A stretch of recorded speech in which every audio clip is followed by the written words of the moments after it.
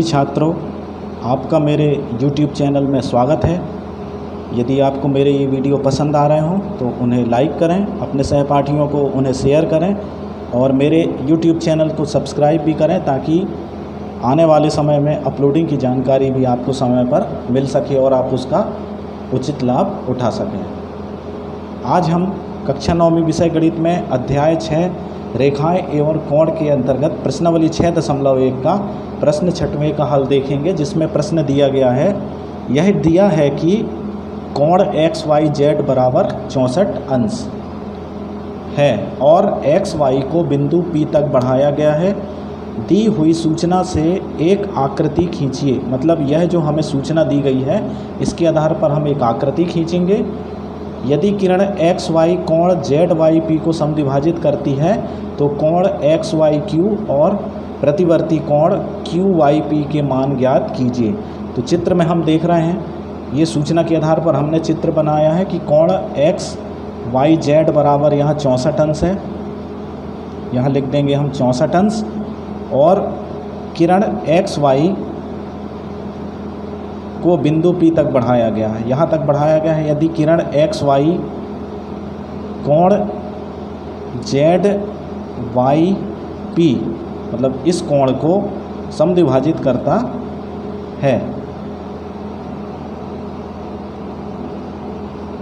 यहाँ पे YP आएगा, Y सवाल गलत लिखा है, YP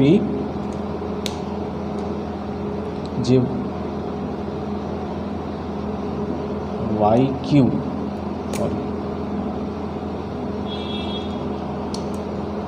YQ कोण ZYP कोण ZYP को समद्विभाजित करता है। तो कोण XYQ मतलब XYQ और प्रतिवर्ती मतलब इसकी प्रतिवर्ती QYP के मान ज्ञात कीजिए।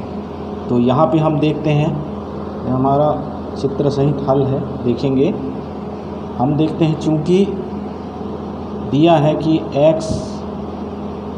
कोण XYZ बराबर 64 अंश एवं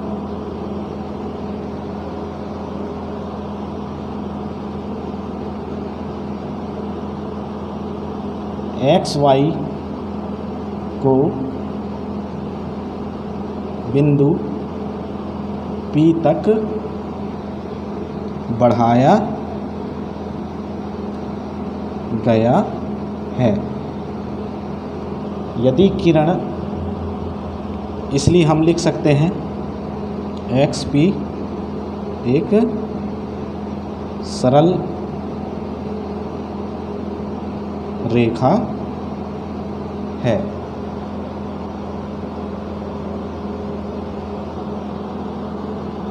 अब यहाँ देखते हैं एक चीज़ और है, चूँकि YZ मतलब YZ कहाँ पे है, ये YZ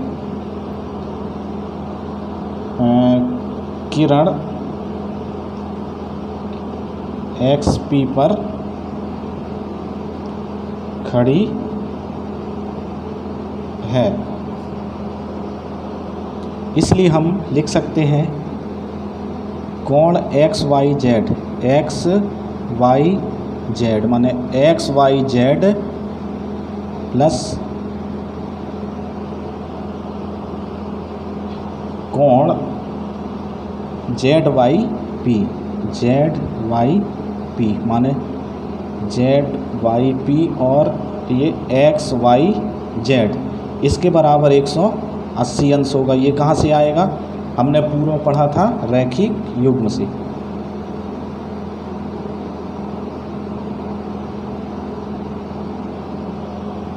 अब यहाँ पे हम देखेंगे कोण XYZ बराबर 64 अंश दिया है, तो 64 अंश धन कोण ZYP बराबर 180 अंश। पक्षांतर कर देंगे तो यह हो जाएगा कोण ZYP बराबर 180 अंश ऋण 64 अंश। तो 180 में हम 64 अंश घटाएंगे तो यह आ जाएगा 116 अंश। यहाँ पे हम लिख सकते हैं चूँकि कोण XYZ बराबर 64 अंश। अब यहाँ प्रश्न को आगे देखते हैं तो यह भी दिया गया है कि चूँकि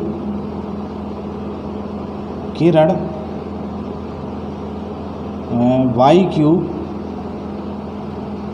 कोण ZYP को समद्विभाजित करता है।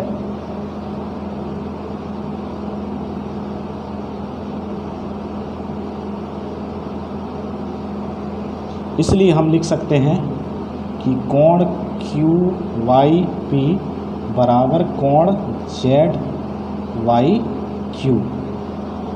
YQ यहाँ पे हम चित्र में देखेंगे YQ मतलब ये YQ कोण ZYP मतलब ZYP को समद्विभाजित करते हैं, इसलिए हम लिख सकते हैं कोण QYP बराबर कोण ZYQ।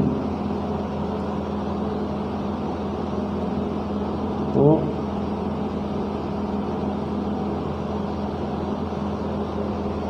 और यहाँ पे हम देखते हैं कि कोण QYP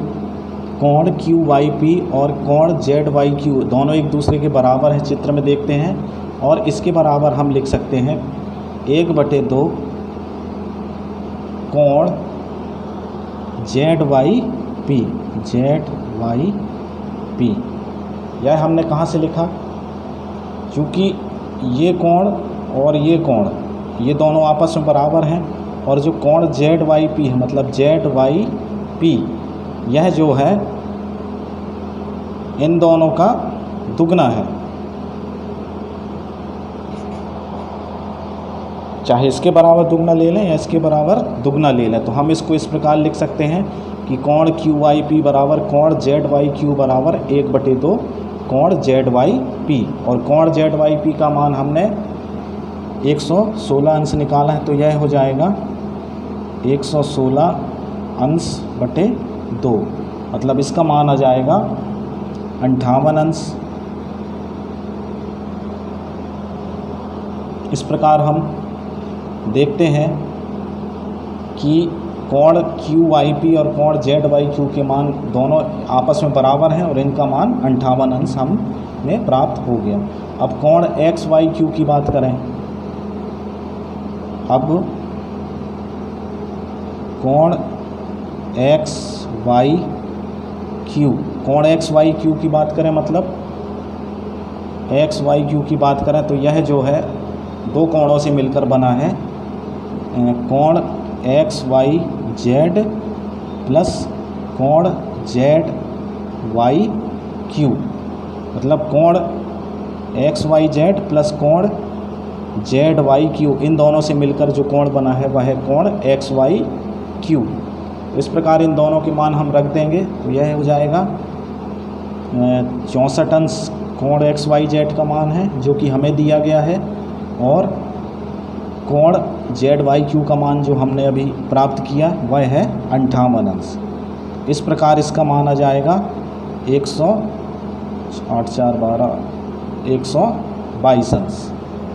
यह हमें प्राप्त हुआ कोण XYQ का। यह हमारा पहला आंसर होगा।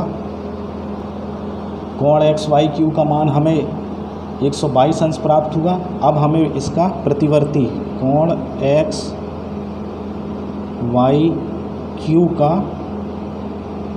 प्रतिवर्ती प्राप्त करना है, जो कि हमें प्रश्न में दिया गया है। यह है कोण QYP। तो प्रतिवर्ती कोण को प्राप्त करने के लिए हम 360 अंश में से जो कोण हमें जिसका प्रतिवर्ती ज्ञात करना है उसके मान को घटा देते हैं। हो जाएगा मान कोण